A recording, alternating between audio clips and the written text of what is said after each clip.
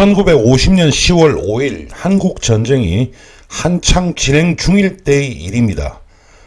북경에서 중국 공산당 정치국 확대 회의가 열렸습니다. 한국전쟁에 중국이 과연 참전을 할 것인가 말 것인가에 관한 확대 회의였습니다. 다들 말을 아꼈습니다. 그런데 당시 전쟁의 신이라고 불리던 임표만은 명확하게 반대 의사를 표현했습니다. 그리고 나서 며칠 후 10월 19일 날 우리가 그 당시에는 중공군이라고 불렀죠.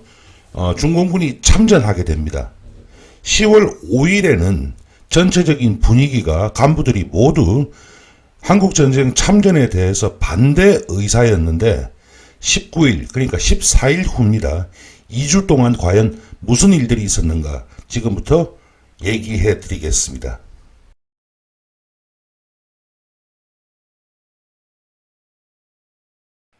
안녕하십니까, 유일입니다. 역사의 변곡점 지난 2023년 1월에 올리고 1년이 되었어야 이제 다시 올리게 되었습니다. 한국전쟁 시작을 해놓고 끝을 못 내고 있었거든요. 제가 말씀드린 바와 같이 한국전쟁은 총 5개 항으로 우리의 입장에서는 아주 중요한 전쟁이지 않습니까? 그렇게 구성이 됩니다. 그래서 제일 첫 번째는 남침의 결정 과정에 대해서 말씀을 드렸고, 두 번째는 미국이 어떻게 참전을 하게 되었는가에 대해서 말씀을 드렸습니다. 여기까지는 이미 다 만들어서 올려진 바고요. 이제 다시 시작을 합니다. 그래서 제3편, 이번 편에서는 중국이 왜 참전을 하게 되었는가에 대해서 말씀을 드리겠습니다. 그리고 앞으로 나갈 건데 제4편에서는 휴전협상이 어떤 의미를 가지고 어떤 과정을 통해서 진행되었던가에 대해서 말씀을 드릴 것이고요. 그 다음에 제5편에서는 그 이후 포로 문제가 있지 않습니까? 전쟁이라고 하는 것이 우리가 보기에는 언제나 거시적인 팩터들, 그리고 정치 권력이라든지 지배하는 사람들의 입장에서 보기가 쉬운데, 사실 우리에게 직접 영향을 주는 개개인의 이야기에 대해서는 우리가 생각을 별로 많이 하지 않는 것이 사실이거든요. 그런데 사실은 포로라고 하는 것이 여러 포로가 있습니다. 우리가 생각하는 이제 포로들이 있고, 그 다음에 한국 전쟁에는 반공포로라고 하는 사람들이 있었죠. 그리고 또 다른 포로들, 우리가 잊고 있는 포로들이 있습니다. 중립국으로 간 포로들 수십 명에 불과했습니다만은 이 사람들은 어떤 사람들이고 또 어떤 삶을 그 이후에 살았는가 또 있습니다. 그 당시에 중국군, 그러니까 그 당시에는 중공군이라고 우리가 얘기를 했죠. 이 사람들 중에서도 상당수가 대만으로 갔습니다. 그 사람들은 어떻게 되었으며 또 중국으로 돌아간 포로들은 어떻게 되었는가, 이런 이야기들로 한번 엮어보도록 하겠습니다.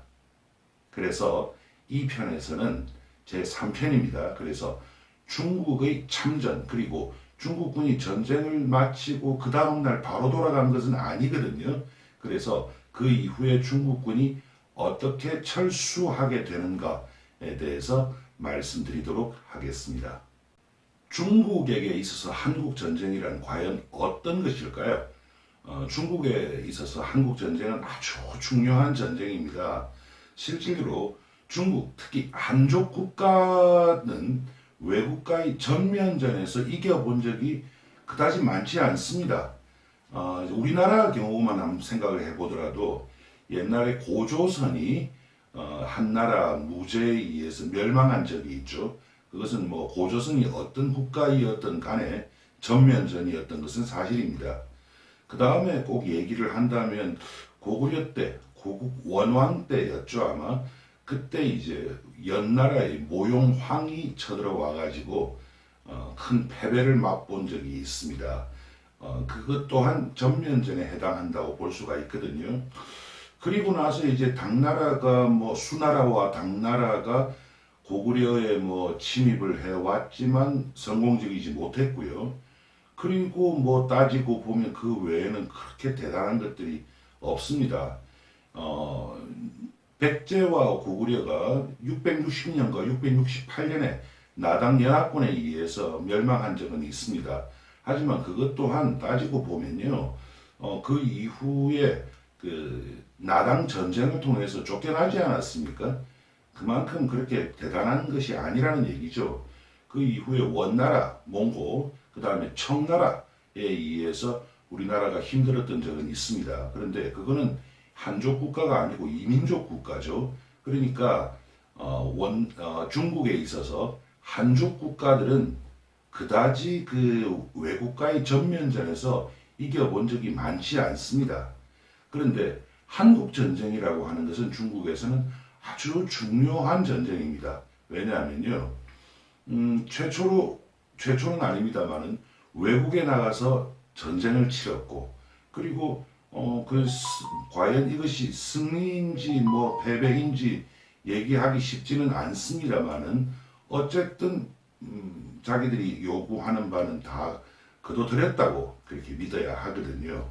거기다가 상대가 누구였느냐 하면 누가 뭐라고 해도 세계 최강국이었던 미국이었습니다. 미국을 상대로 그렇게 대등한 전쟁을 해가지고 이길 수 있었다 하는 것 자체만으로도 중국 입장에서 한국 전쟁은 얼마나 중요한 것인가 하는 것을 알 수가 있는 것입니다. 이런 이야기를 하면 보통 이제 중국이 그만큼 약했다 뭐 등등의 얘기를 많이 하는데 사실 그거는 중국만의 문제는 아닙니다. 기본적으로 생산력의 문제입니다. 실제로 머나먼 외국에서 성공적으로 전면전을 치러서 이기는 국가는 역사적으로 그다지 많지 않았습니다. 고대 로마 제국 정도, 그 다음에 굳이 따진다면 몽고, 원나라 정도였겠죠. 그리고 최근에 와서 근대 이후에 앵글로색슨 국가들이 그런 적이 있습니다. 영국과 미국들. 그 외에는 외국에 가서 전면전을 이겨본 나라가 그다지 많지 않습니다. 중국 입장에서 한국 전쟁은 그래서 당시 세계 최강이든 지금도 세계 최강인 그 미국을 상대로 이겼다라고도 얘기할 수 있는 전쟁이었거든요. 특히 당시 중국은 공산화 직후였습니다. 우리나라에 한국 전쟁이 일어난 것이 1950년입니다. 그런데 중국이 지금 중화인민공화국이라고 하는 제대로 된 국가를 선포한 것이 1949년 10월 1일의 일입니다. 그러니까 아직 국가가 완전하지 못한 상태였거든요. 그러니까 그 성취감이라고 하는 것은 뭐 말할 필요가 없는 것입니다. 이성적으로 판단할 때 당시 중국은 그렇게 큰 전쟁을 치를 상황이 아니었습니다. 그리고 특히 미국을 상대로 전쟁을 한다? 이거는 말도 되지 않는 상황입니다. 그리고 한국 바로 옆에 불과 몇 년 전까지 전 세계를 상대로 전쟁을 치렀던, 그것도 전면전을 경험했던 수백만 명의 군인과 수십만 명의 아주 고급 장교들이 포진해 있는 일본이 있었던 것이거든요. 이걸 신경 쓰지 않을 수가 없었죠. 더 큰 문제는 중국 내부에 있었습니다. 군사적으로 그리고 정치적으로 1950년 6월이라고 하는 것은 아직 국공내전도 완전히 정리되기 전의 일입니다. 곳곳에서 아직도 산발적인 전투가 벌어지고 있었습니다. 더 큰 문제가 또 경제였습니다. 우선 통화의 문제가 있습니다. 장개석 정부가 국민당 정부라고 하죠. 중화민국이 발행한 화폐가 있었고 마지막에 전쟁을 위한 전비 조달을 위해서 이것저것 생각하지 않고 돈을 막 찍어댔던 적이 있습니다. 이거는 패전하는 국가에서는 거의 다 일어나는 현상입니다. 그 다음에 공산당 또한 자기들이 화폐를 이미 발행을 해놓고 있었습니다. 그리고 이곳저곳에 아직도 살아있던 군벌들이 발행했던 일종의 군표 또는 화폐가 있었거든요. 그것도 통용되고 있었습니다. 거기다가 동북은 만주국으로 만주국 화폐와 일본 화폐가 있지 않았습니까? 그리고 일본군의 군표가 또 있었습니다. 거기에다가 또 북쪽에는 소련에서 온 루블화가 통용되고 있었고, 그러다 보니까 돈의 가치가 없죠. 아무도 돈을 믿지 않았습니다. 그래서 미국 달러화나 영국 파운드화는 믿을 수 있지 않습니까? 그 두 개의 화폐가 아주 강력하게 사용되고 있었습니다. 한마디로 말해서 통화 자체가 혼란 그 자체였습니다. 이렇게 되면 돈을 믿지 않게 됩니다. 거기다가 원래 전쟁이나 혁명 같은 사회적인 대혼란이 일어났을 경우에는 거의 언제나 이 인플레이션이 아주 심하게 됩니다. 당시 중국도 하이퍼 인플레이션, 아주 극도에 달한 인플레이션 상황이었습니다. 이 상황이 중국으로 하여금 과연 그렇게 엄청난 전쟁을 치를 수 있을 것인가에 대해서 우리가 의문을 제기할 수밖에 없는 이유가 됩니다. 런피스라고 하는 사람이 있었죠. 우리나라 한자로 이제 임필시라고 씁니다. 이 사람이 상당히 공산주의자인데 현실적인 면을 직시하는 그런 사람이었습니다. 1949년 3월 5일입니다. 이제 국공내전에서 공산당이 승리한다고 하는 것은 거의 확정사실이었습니다. 그때 이제 열렸던 회의가 중국 공산당 제7차 전국 대표자 대회, 그 중에서 두 번째 회의였습니다. 이 회의에서 임필시가 이 자리에서 뭐라고 했느냐 하면, 중국은 농업국에서 공업국으로 변해야 하고 전쟁 시절보다 더 절약해야 한다. 아니면 그간의 노력은 허사가 된다라고 얘기를 했습니다. 실제로 임필시 같은 경우에는 북경을 점령, 그 당시엔 북평, 베이핑이라고 했습니다만은 북경을 점령하고 나서 그리고 이제 완전히 공산주의 국가가 되었다는 것을 확신했을 때 다른 사람들은 아주 기분이 좋아서 흥분해 있는데 이 사람은 큰일 났다. 이제 이 사람들을 어떻게 다 먹여 살릴 것인가를 걱정했다고 한 거거든요. 이런 상황에서 전쟁은 불가능합니다. 그런데 전쟁이라고 하는 것이 어디 이성으로만 판단해서 하는 건 아니지 않습니까? 이성적으로만 생각했다면 이 세상에 전쟁은 그다지 많지 않을 겁니다. 그런데 전쟁이라고 하는 것은 이성이 아닌 다른 요소에 의해서 결정될 때가 상당히 많습니다.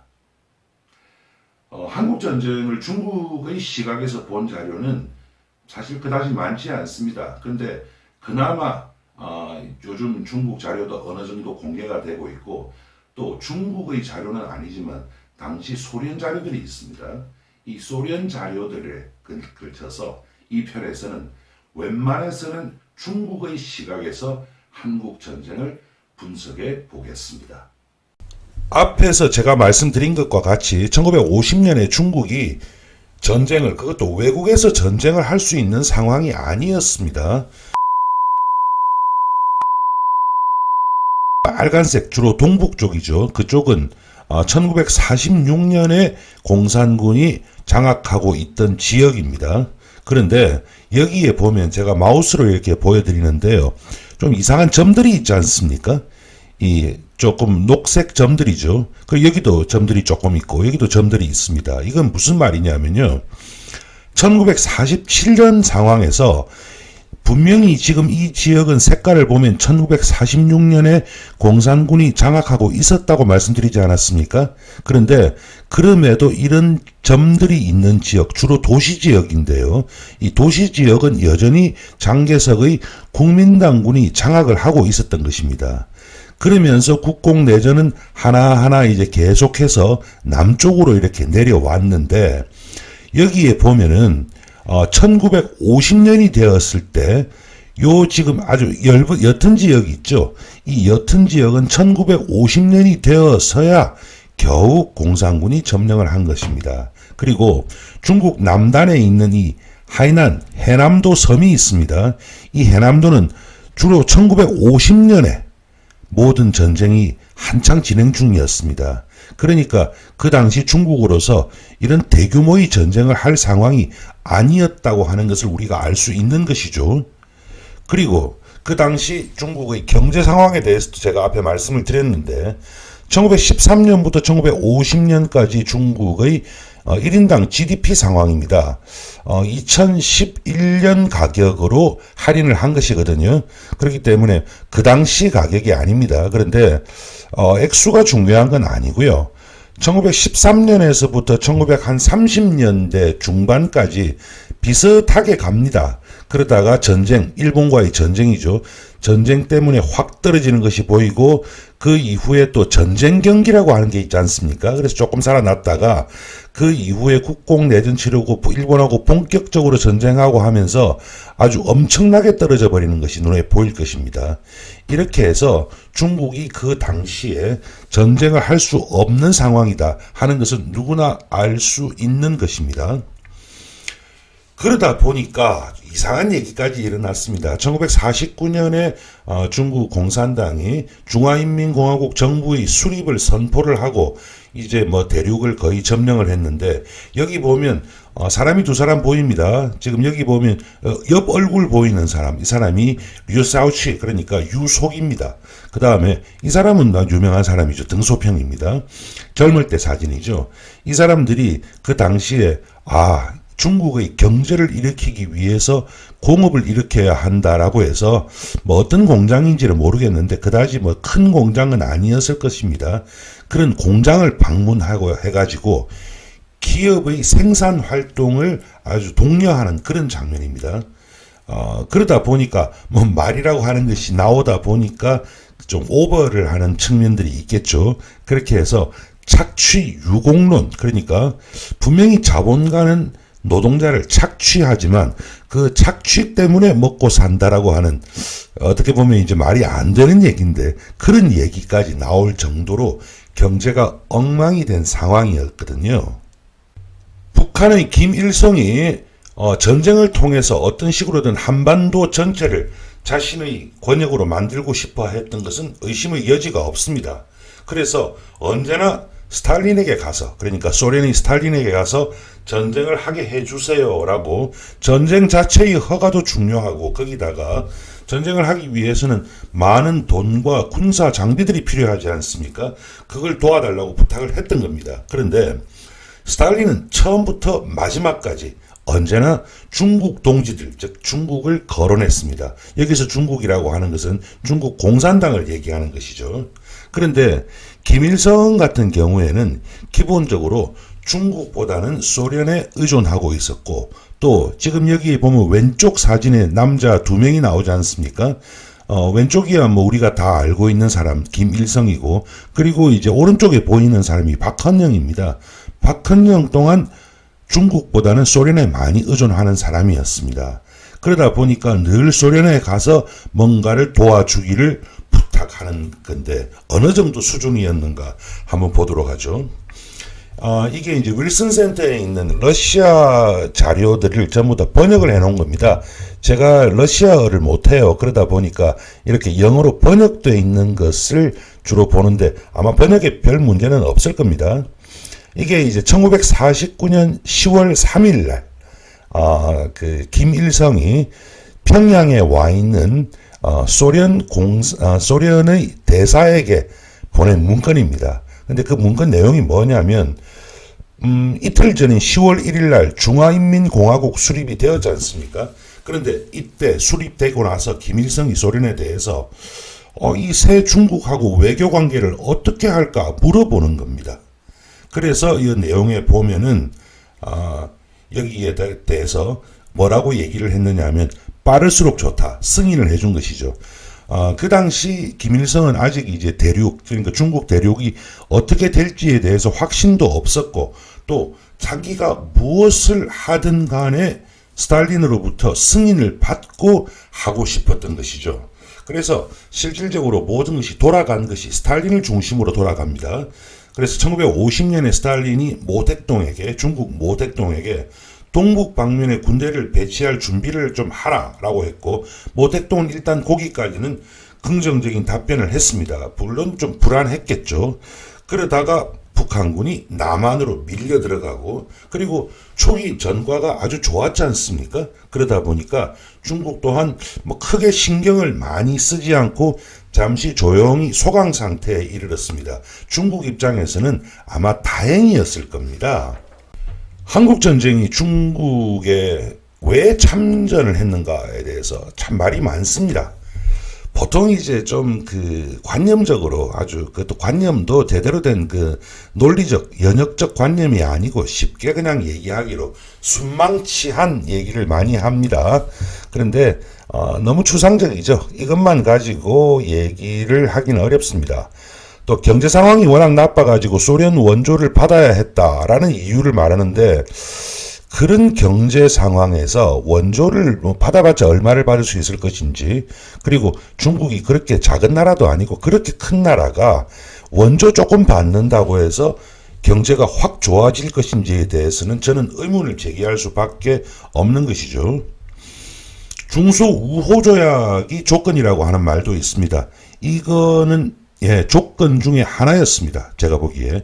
그리고 이것도 완벽한 설명이 되지는 않습니다. 중소우호조약이라고 하는 것이 기본적으로 한국 전쟁 하나 때문에 왔다 갔다 할 문제는 아니었거든요. 그리고 중국 내부에서도 아주 복잡한 상황이다고 하는 것은 지금 이 편 앞에서부터 제가 계속 말씀드리는 것이고요.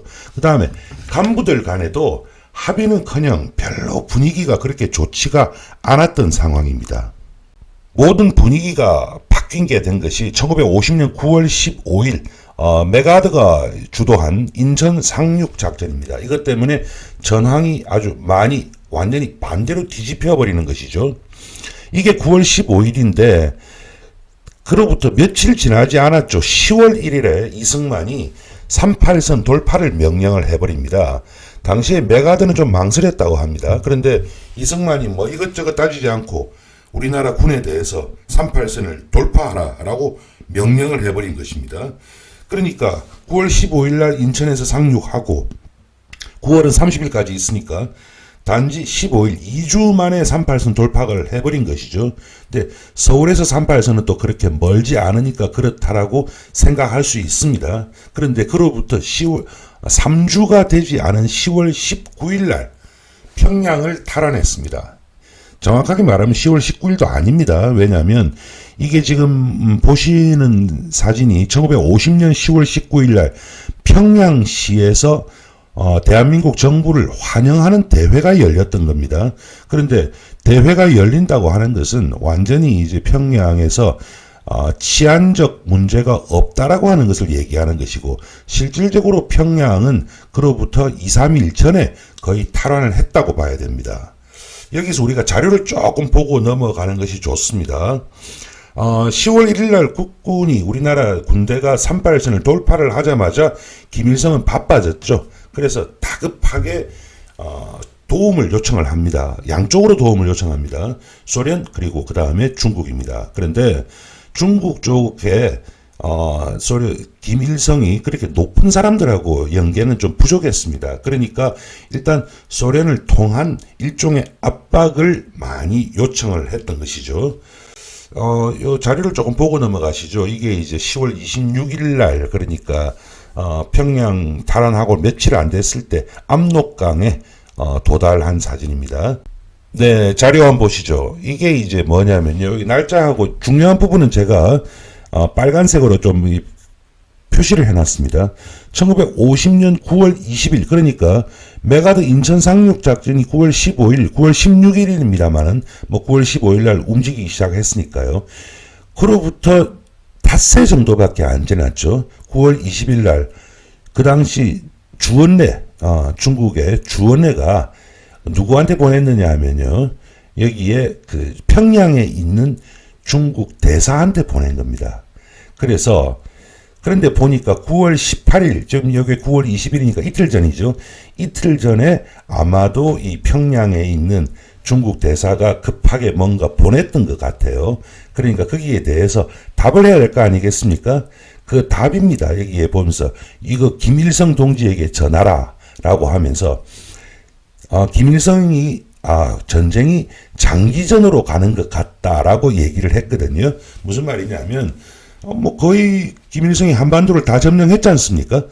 그러다 보니까 금방 끝날 것으로 알았는데 상황이 그렇지가 않으니까 상륙작전으로, 그러니까 장기전으로 가야 할 것 같다라고 이제 얘기를 했습니다. 그러니까 거기에 대해서 김일성한테 당신 하는 얘기 중에서 이 전쟁이 장기전으로 간다고 하는 말은 정확한 것 같다라고 지금 얘기를 하고 있죠. 그리고 인천 방면에 군대 증가하는 거 참 좋은 것 같다. 그리고 나서 요 밑에다가 지금 요 첫 페이지에 요 부분 있죠. 지금 요 부분입니다. 마우스로 제가 보여드리고 있는데, 인민군이 일단 38선 이북으로 후퇴를 하는 것이 가능해서 하는 것인가, 이것부터 알아보라 이겁니다. 쉽게 말을 하면 지금 인민군의 주력이 남쪽에 가 있지 않습니까? 그리고 그 주력이 남쪽으로 가 있는 바람에 인천 상륙 작전으로 끊어져 버렸죠. 그런데 주력을 빨리 38선 이북으로 후퇴를 시키는 것이 가능하겠는가 알아보라. 자, 이거는 무슨 의미를 가지느냐. 여기에 이런저런 얘기들이 쭉 읽어보면 다 나옵니다만은 중국군 투입한다는 말 한마디도 나오지 않습니다. 9월 20일 상황입니다.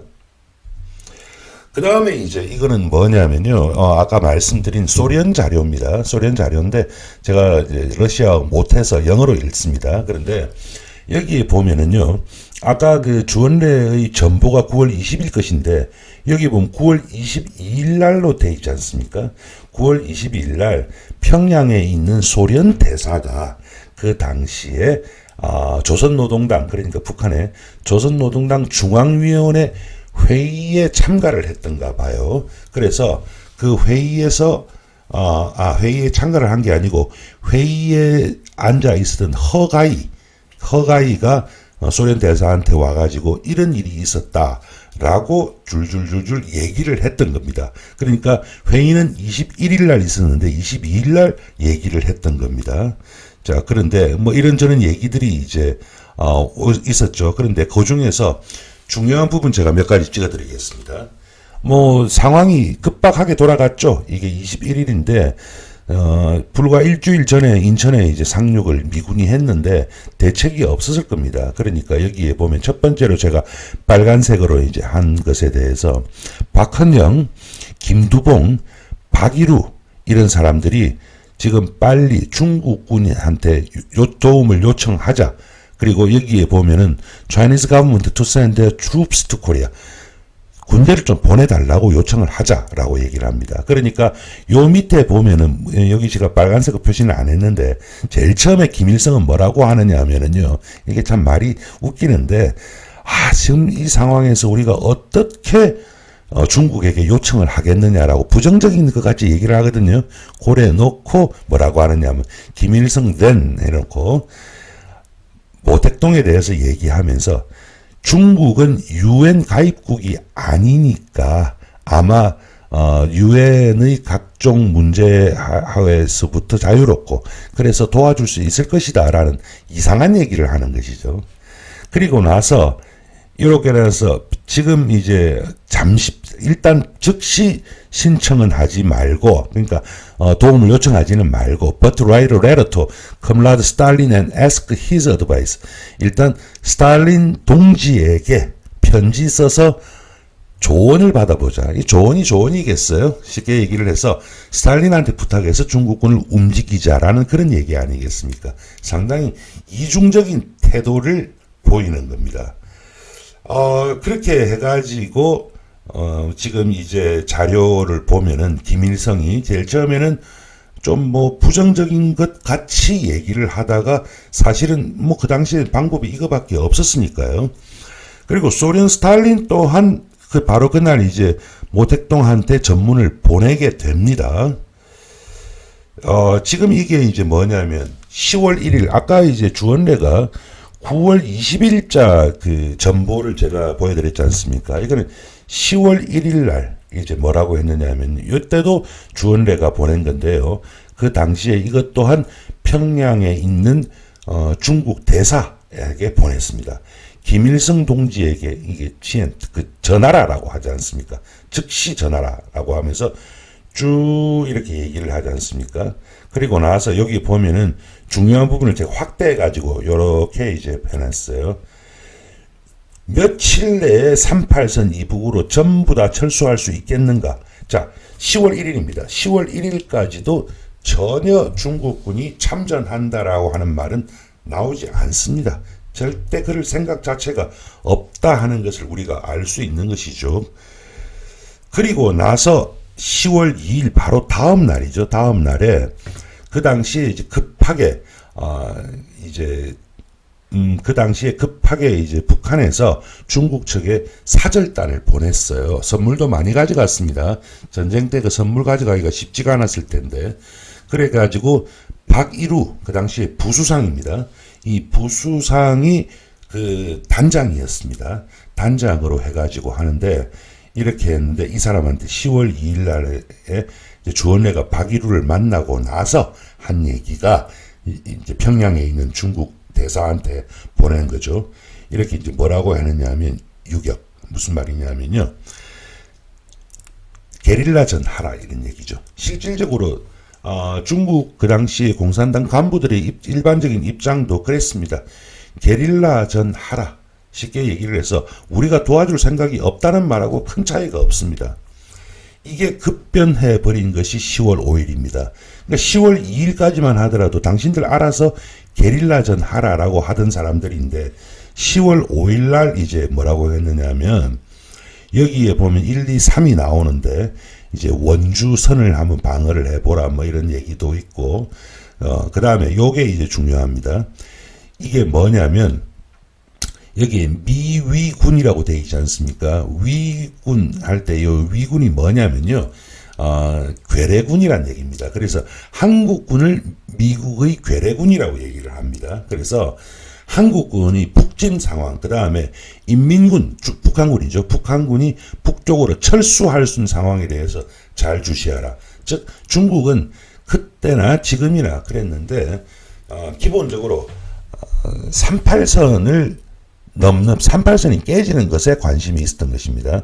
그것은 중국이 정말 싫어했던 것이죠. 그리고 나서 뭐라고 했느냐면요. 박일우가 돌아갔다. 예, 돌아갔으니까 가서 박일우하고 면담해가지고 그것을 김수상 그러니까 김일성한테 전달하라 라는 얘기입니다. 그러니까 박일우한테 뭔가 얘기를 줬다는 얘기죠. 10월 5일 날의 얘기입니다. 그러면 그 10월 5일 날 무슨 일이 있었느냐. 이게 바로 아까 제일 앞에 제가 말씀드렸죠. 중국 공산당 정치국 확대 회의가 열렸던 것이 10월 5일입니다. 그렇게 해서 이때 다들 입 다물었습니다. 일단 전쟁하고 싶은 사람이 아무도 없었습니다. 그 다음에 전쟁을 한다고 하더라도 내가 나선다 그럴 사람은 없습니다. 그런데 여기에 전쟁의 신이라고 하는 임표 이 한 사람만이 반대 입장을 표명했던 겁니다. 임표는 이미 그 이전에 인천 상륙 작전 가능성을 경고했습니다. 사실 그거는 이제 미국 입장에서도 과연 인천이라고 하는 곳에 상륙을 할 것인가 말 것인가에 대해서 결론을 전혀 내리지 못하는 상황이었거든요.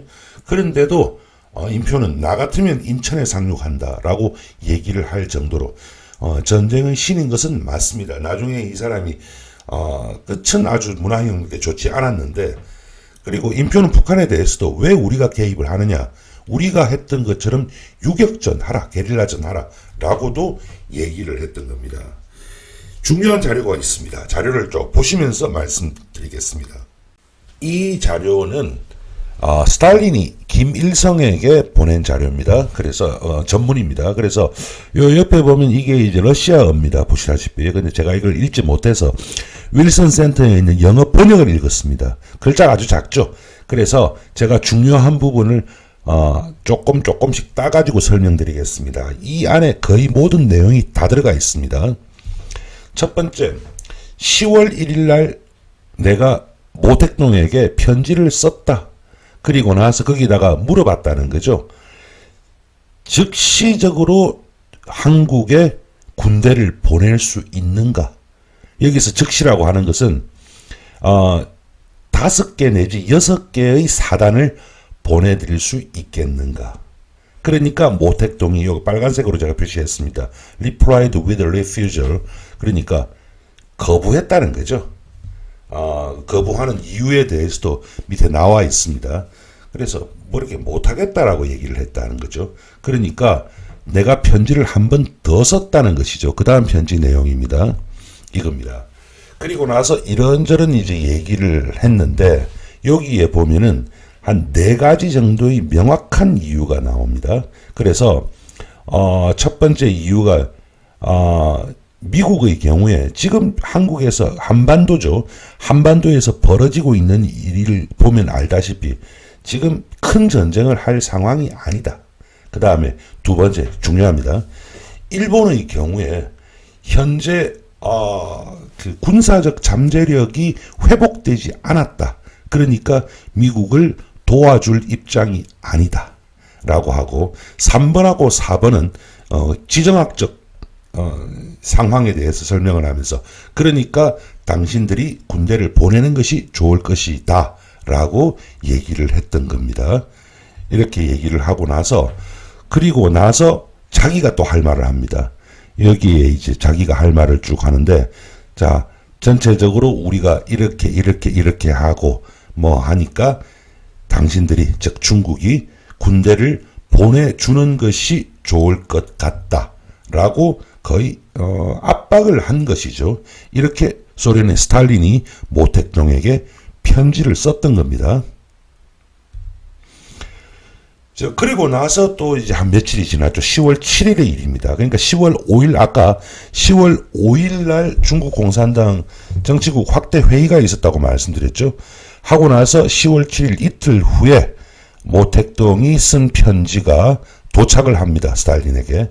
그리고 나서 여기에다가 뭐라고 얘기를 하느냐 하면 그래 군대를 보낼게 라고 얘기를 하는 겁니다. 그리고 이 모든 것에 대해서 알려준 것이 10월 8일입니다.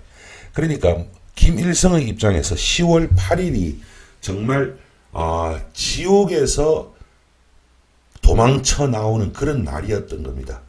이날 아니었으면 뭐 거의 끝나는 상황이었죠. 그래서 이때부터 이제 김일성이 그나마 희망을 가질 수 있었던 것이고 이때 이렇게 도와주지 않았더라면 뭐 김일성으로서는 더 이상 희망을 가질 수가 없는 그런 상황이었던 것이죠. 중국이 군대를 보낸다면 그러면 과연 누구를 보낼 것인가의 문제가 있습니다. 총사령관 그래서 펑더화이 팽덕회가 결정이 됐습니다. 그래서 그 결정을 알리는 겁니다. 1950년 10월 19일 날 주원래가 이제 보냅니다. 편지를 보내가지고 요 앞에 보면은 제가 좀 뭐 다 보이지는 않았는데요. 평양에 있는 정확하게는 평양이 아니고 이때 도망쳐 있었습니다. 10월 19일이면 이미 평양이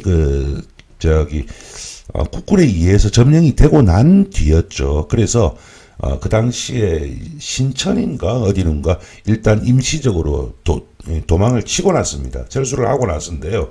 그런데 그때 이제 뭐라고 하느냐 하면 여기에 펑충 그러니까 총사령관 팽덕회 이 사람이 도착하고 나서 제일 먼저 펑진 그러니까 팽덕회와 김일성 간에 직접 연계시키라. 자 이제 팽덕회는 모든 것을 다 알고 떠났습니다. 그렇기 때문에 앞으로 얘기는 팽덕회하고 하라. 중국군 총사령관이었던 것이죠. 이게 이제 뭐냐면 팽덕회가 몇 년 동안 조선 땅에서 전쟁을 치렀지 않습니까? 그래서 전쟁을 치르는 과정에서 자기도 생일을 맞았을 겁니다. 그래서 그 당시에 이제 생일 선물을 이제 이 한복 입었죠. 그래서 북한 사람들이 이 나머지 사람들이 지금 다 북한 사람들입니다. 북한에서 이렇게 한복을 만들어주고 선물도 주어가지고 아주 기분 좋아하고 있는 장면이고 이건 지금도 이제 단둥 그러니까 북한과 중국의 국경 지역입니다. 거기에 있는 동상입니다. 그렇게 해서 이제 어떻게 했느냐 하면요. 인민지원군이라고 이제 얘기를 했습니다. 그렇게 해서 중국군이 바로 가기는 부담이 되었죠. 그래서 사실 중국군인데 인민지원군이라는 이름을 했는데 이게 어디서부터 왔느냐 하면 프랑스 혁명 때 있었던 일입니다. 그때부터 거기에서 이렇게 하자라고 해가지고 이름을 그렇게 지었고요. 그러면서 전국에 이렇게 관제 데모가 막 벌어지고 이것도 지금 관제 데모 아닙니까? 그래서 인민지원군을 모집을 합니다. 그리고 지금 이거 같은 경우에 이 사람이 이제 철도 노동자인데 전쟁으로 떠납니다. 그래서 지는 자기 엄마하고 북경역에서 헤어지는 그런 장면인데 이 사람이 과연 살았을지 뭐 그거는 제가 잘 모르겠네요. 그리고 중국군이라고 해서 우리는 이제 중공군이라고 부르죠. 중공군이 와가지고 뭐 전쟁을 많이 하긴 했는데 뭐 전쟁만 했겠습니까? 그래서 이거 같은 경우에 그 당시에 이 북한 사람들하고 어울리는 장면입니다. 뭐 옷 입은 거 보시면은 이 옷이 어떤 사람들인가 알 수 있죠. 그리고 옆에 둘러선 사람들은 전부 다 이제 중국군들입니다. 중공군들이죠. 예, 이렇게 어울리기도 하고 뭐 그랬습니다. 그렇게 전쟁은 진행이 되었던 겁니다. 예, 그리고 이거는 이제 일종의 뭐라고 그래 위문 공연이죠. 그리고 이 사람들도 보면은 옷이 조금 다른 것 같아도 잘 보면 기본적으로 한복입니다. 그래서 이게 이제 각시와 신랑이죠. 그렇게 해서 이런 공연을 하고 구경을 하고 있는 사람들은 전부 다 이제 중공군들이고 위문 공연이 벌어지기도 했던 그런 장면입니다. 중국이 이렇게 참전을 하게 된 데는 여러 가지 이유가 있겠죠. 그런데 상당히 이제 중요한 것이 이 사람 그러니까 어네스트 베빈이라고 하는 사람인데요. 이 사람이 그 영국의 외상입니다. 이 사람의 말이 상당히 중요했습니다.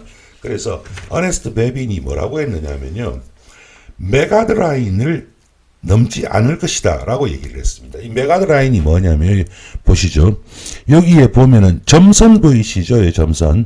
이게 메가드라인입니다. 즉 메가드의 입장에서 요거 이상은 안 넘는다라고 이게 1차적인 영국 측에 통보된 계획입니다. 여기 보면 초산에 이제 10월 26일 날 이제 그 육사단이 도달을 하지 않습니까? 그런데 보면 쭉 올라가 있습니다. 이 라인이 아니죠. 예, 그래서 좀 비정상적으로 올라갔다라는 것을 알 수가 있고, 전체적으로 봤을 때 이 메가드 라인을 믿을 만한 이유가 충분했던 것이죠. 그래서 이런 것을 보고, 그 당시 중국은 그래, 여기까지는 괜찮다라고 판단을 했던 것이죠. 그렇게 해서 중국군은 10월 19일 날 이렇게 압록강을 도달했던 겁니다. 그래서 근데 참전 기념일은 중국에서 10월 25일이라고 합니다. 왜냐하면 그날 공식 작전이 시작됐으니까요. 그런데 팽덕회는 이미 그 전에 조선에 도착을 해가지고 먼저 박헌영을 만났습니다. 그리고 김일성도 만났고 작전 계획도 이미 세워놓고 있었습니다. 기본적으로 중국 측은 김일성이 잘 되게 도와줄 생각은 전혀 없었다고 봐야 합니다. 그리고 한반도가 통일되는 것도 그렇게 별 관심 없었다고 봐야 됩니다. 그래서 김일성하고도 사이가 그다지 좋지 않았다고 합니다. 정말인지 거짓말인지를 모르겠는데 뭐 팽덕회가 김일성의 뺨을 때린 적도 있다라는데 아무튼 그런 얘기가 나올 정도로 서로 사이가 좋지는 않았습니다. 그 이후에 전쟁이 진행된 과정에 대해서는 아까 말씀드린 대로 생략하겠습니다. 네. 어떤 식으로든 중국군이 이제 이렇게 참전을 하게 됐죠. 그리고 나서 그 이후에 뭐 많은 유명한 전투들이 있었습니다. 유명한 전투 중에 제일 유명한 것은 아마도 장진호 전투가 아닐까 하고요. 그 외에도 온정리 전투라든지 뭐 군우리 전투라든지 그 다음에 1951년에 춘계 대공세라든지 뭐 이런 것들이 많이 있습니다. 그런데 그러한 것들은 지금 제가 다루고자 하는 내용이 아닙니다.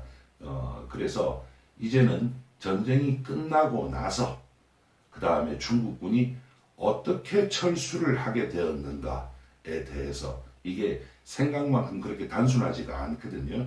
거기에 대해서 지금부터 말씀드리겠습니다.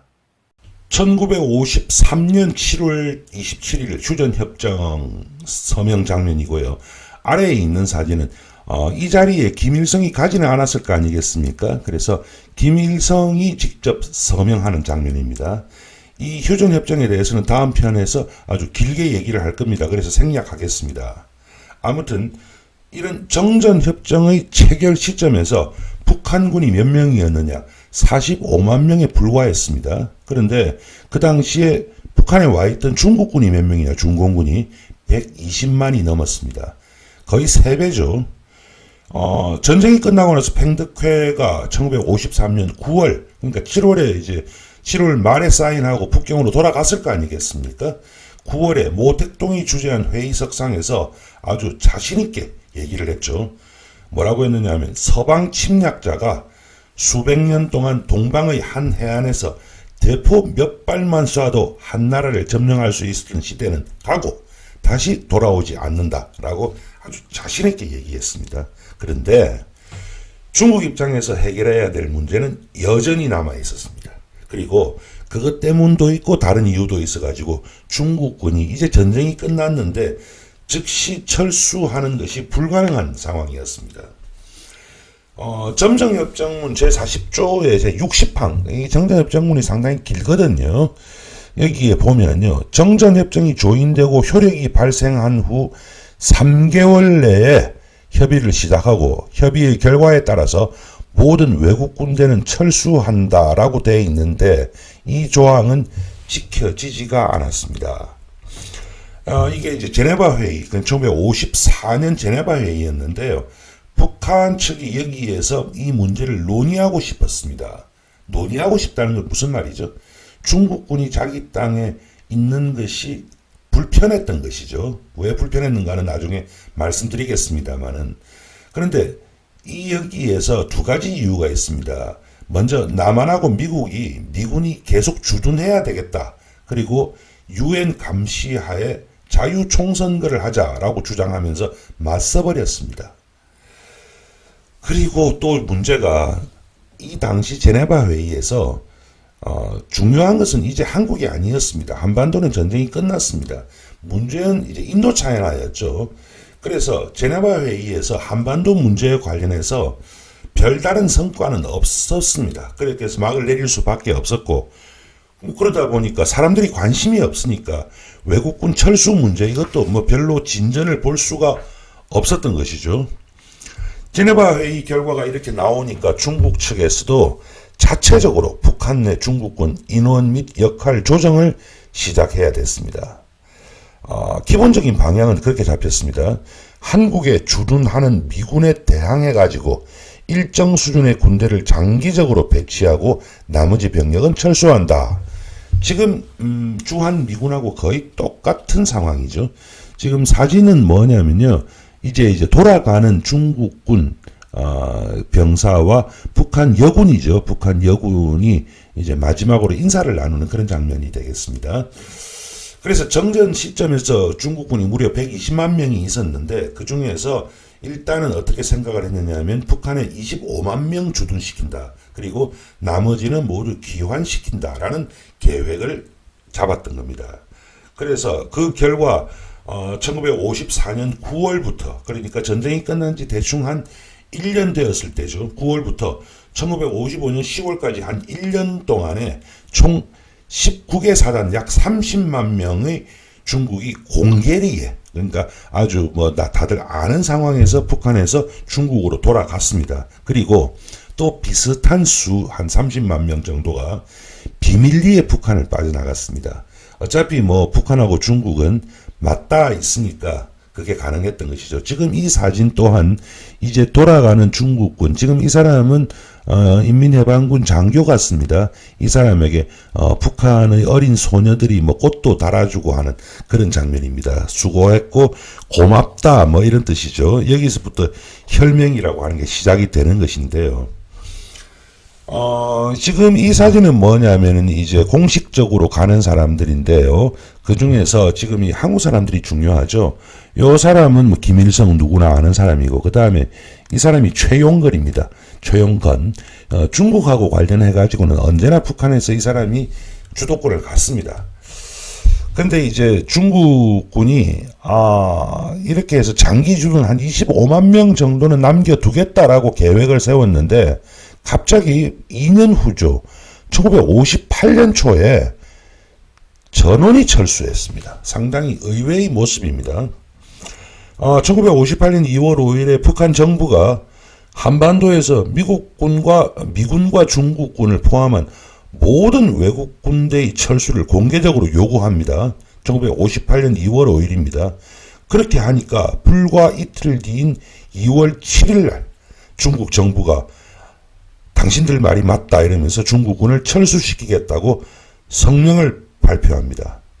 그리고 나서 중국 또한 미국에 대해서 미군을 철수시키라라고 요구했는데 미국 국무부가 그로부터 한 2주 조금 안 되는 2월 19일에 성명을 통해서 미군은 중국군 철수와 상관없이 주한미군 철수를 고려하지 않는다라고 발표를 했습니다. 이유가 있지 않겠습니까? 그 이유가 뭐냐면요. 우리가 철수를 1948년, 49년에 이미 했다. 그것 때문에 전쟁이 나지 않았는가. 그러므로 우리는 철수할 수 없다라고 얘기를 했던 겁니다.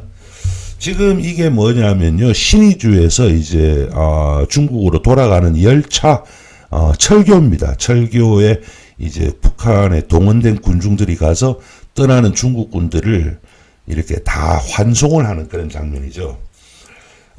미국이 군대 철수를 거부는 했죠. 하지만 중국군 철수는 원래 계획대로 진행됐습니다. 그래서 먼저 전방부대부터 이제 빼기 시작을 했죠.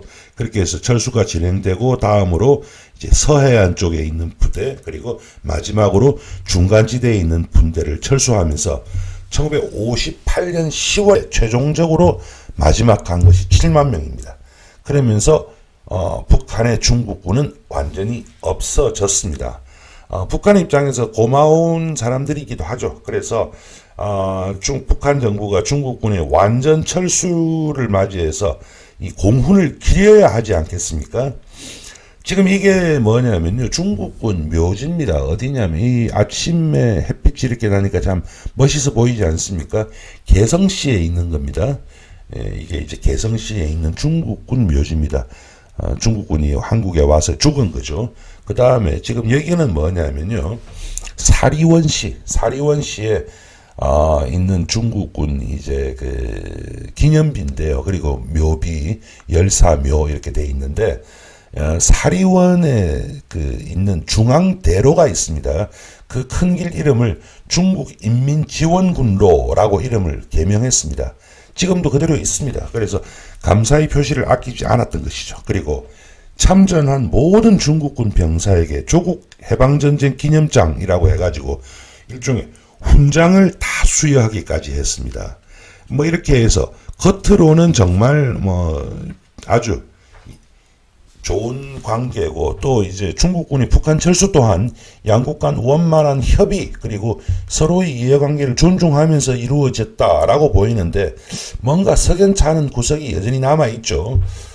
애초에 중국이 한국 전쟁에 개입한 주요 요인의 하나가 바로 미국이 한반도 독점을 하면 세력 균형이 붕괴한다라는 것이었거든요. 그런데 아직 남한에 미군이 남아있지 않습니까? 그런데 중국군이 철수한다. 말이 안 맞죠. 또 중국 공산당 중앙군사위원회의 공식적인 명령에 의해 가지고 중국군은 25만 명이 이미 장기 주둔 태세에 들어갔습니다. 준비도 끝나 있었습니다. 그런 사람들이 왜 갑자기 전격적으로 철수를 발표하고 서둘러서 북한을 빠져나갔는가, 여기에 대해서 설명이 좀 필요한 것이죠. 실제로 1956년 모택동이 소련 부수상 미코얀을 만난 자리에서 뭐라고 했느냐면 현재 한반도 정전 상황은 중국군이 유지하고 있다라고 하면서 김일성에 대해서 조언을 했습니다. 북한 인구 규모를 감안할 때 군대가 너무 많다. 그러니까 군대 10만 정도로만 유지하라. 이렇게 조언을 했거든요. 그러니까 중국은 처음부터 정전협정 이후에도 장기간 우리가 있을 것이니까 북한이 공군력 피우는 것에 대해서도 반대했고요. 또 대규모의 기계화 부대 창설하는 것 또한 반대했습니다. 그런데 공식적인 발표나 설명과는 달리 북한과 중국이 철군에 대해서 논의를 시작한 것이 1956년 11월부터인데 겉으로는 모두 웃는 얼굴이었습니다. 그런데 서로 간의 불신과 불만이 아주 많았던 겁니다. 이때 세계적으로 큰 사건이 하나 있었습니다. 동구권 헝가리가 우리가 그 소련군에 의해 가지고 짓밟힌 적이 있었죠. 그리고 그 지도자가 실각했죠. 그걸 보면서 김일성 생각에 대규모 군대가 우리나라 안에 있다는 것은 내 운명을 남이 결정하는 사태를 의미하는 것이었다라는 것입니다. 또 있습니다. 1956년 8월에 종파 사건이라고 하는 것이 일어났습니다. 나중에 북한사에 대해서 설명드리면서 이 사건에 대해서 아주 중요하게 제가 다 말씀을 드리겠습니다만, 북한 건국 이래 최초, 그 다음에 아마도 제가 보기에는 최후 같은데요. 최후였던 조직적인 반체제 운동이었죠, 이 사건이. 그래서 이 사건으로 인해 가지고 중국에 줄을 대고 있던 연안파, 그 다음에 소련파가 힘을 합쳐서 김일성에 대항했는데, 이런 것을 김일성이 겨우 헤쳐나왔던 겁니다. 그러면서 다시는 이런 사건이 재발되면 안 되겠다라고 생각했고, 이 사람들이 믿는 것이 있지 않았겠습니까? 그래서 외국 군대가 국내에 주둔하는 것은 이런 김일성 같은 사람 입장에서는 절대 받아들일 수가 없는 것이 되어버렸던 것입니다. 네, 어떠셨습니까? 중국군이 한국전쟁에 참전했다고 하는 것이 아주 복잡한 여러 가지의 요인들이 복합되어 있습니다. 그리고 참전은 물론이고 나중에 철수하는 과정 또한 상당히 복잡합니다. 이런 얘기를 할 필요가 있는지는 저도 모르겠습니다만, 만약에 말이죠, 그 당시에 중국군의 철수가 조금 다른 모습이었다면, 즉 저런 식으로 반쯤은 쫓겨나듯이 가는 것이 아니었더라면 북한 내에 어느 정도 대안 세력이라든지 김일성에 대한 견제 세력이 아마 있었을 것이고, 그랬더라면 지금의 북한 사회가 좀 다른 모습이었을 수도 있다라는 생각을 저는 가끔 해봅니다. 그러니까 단순하게 이 일을 바라볼 수는 없는 것이죠. 그리고 이 때문에 동북아시아의 정세는 그 이후 최소 20년, 어떻게 본다면 오늘 이 시점까지도 좀 비정상적인 상태가 계속되고 있는 것입니다. 이 편에서는 중국 참전 그리고 그 이후 얘기를 다뤘습니다. 다음 편에서는 이제 휴전 협상과 관련한 얘기를 말씀드리도록 하겠습니다. 언제나 부탁드립니다만은 구독, 좋아요 버튼 꼭 부탁드리겠습니다. 상당히 이제 제가 1년 정도 쉬었는데 그동안 구독자분들이 좀 늦었어요. 근데 아직 유명한 채널이라든지 이런 데하고는 비교가 안 되는 상황이고요. 그래서 앞으로도 많은 시청 부탁드리겠습니다. 오늘 여기까지입니다. 감사합니다.